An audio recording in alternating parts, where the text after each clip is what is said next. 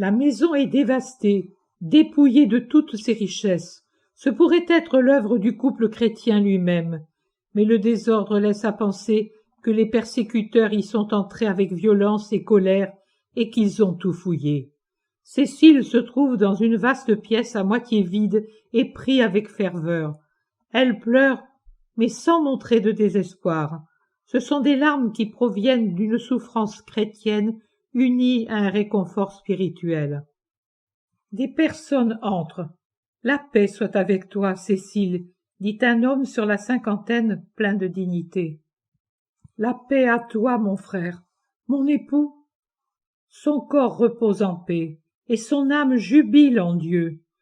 Le sang de ce martyr, ou plutôt des martyrs, uni à celui du persécuteur converti, est monté comme l'encens vers le trône de l'agneau. Nous n'avons pas pu t'apporter les reliques pour ne pas les faire tomber aux mains des profanateurs. Ce n'est pas nécessaire. Ma couronne descend déjà. Je serai bientôt là où mon époux se trouve. Priez pour mon âme, mes frères, et partez. Cette maison n'est plus sûre. Faites en sorte de ne pas tomber sous les crocs des loups, afin que le troupeau du Christ ne reste pas sans pasteur. Vous saurez, quand l'heure sera venue, pour moi, de mourir. La paix soit avec vous, mes frères. Je devine par ces mots que Cécile est déjà en état d'arrestation. Je ne sais pourquoi on l'a laissée chez elle, mais virtuellement, elle est déjà prisonnière.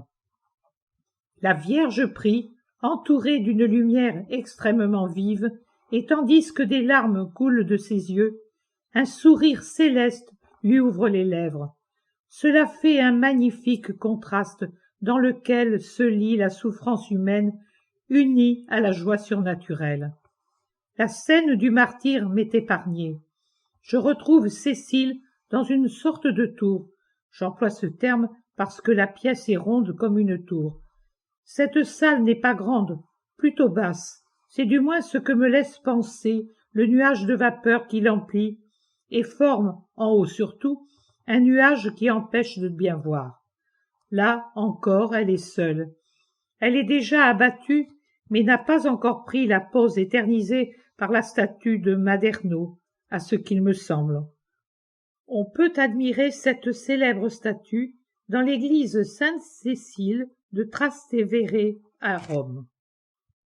Elle est couchée sur le côté comme si elle dormait, les jambes légèrement fléchies, les bras croisés sur la poitrine, les yeux clos, un léger souffle haletant.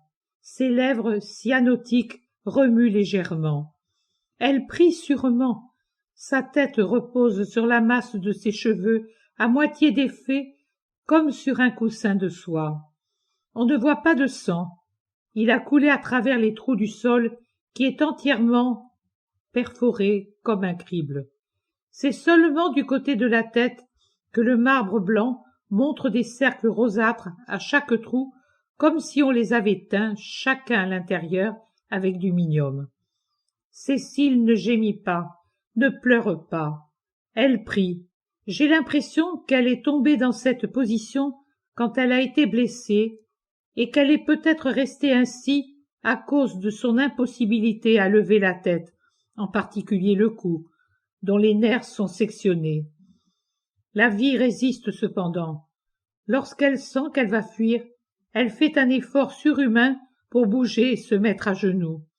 Mais elle n'arrive qu'à faire demi-tour sur elle-même pour retomber ensuite dans l'attitude que nous lui voyons, tant à la tête qu'aux bras, sur lesquels elle s'est vainement appuyée et qui ont glissé sur le marbre poli sans soutenir le buste.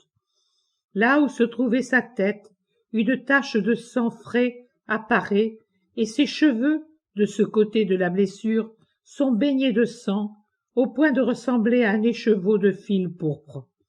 La sainte meurt sans soubresaut en un utile acte de foi formé par les doigts à la place de la bouche qui ne peut parler.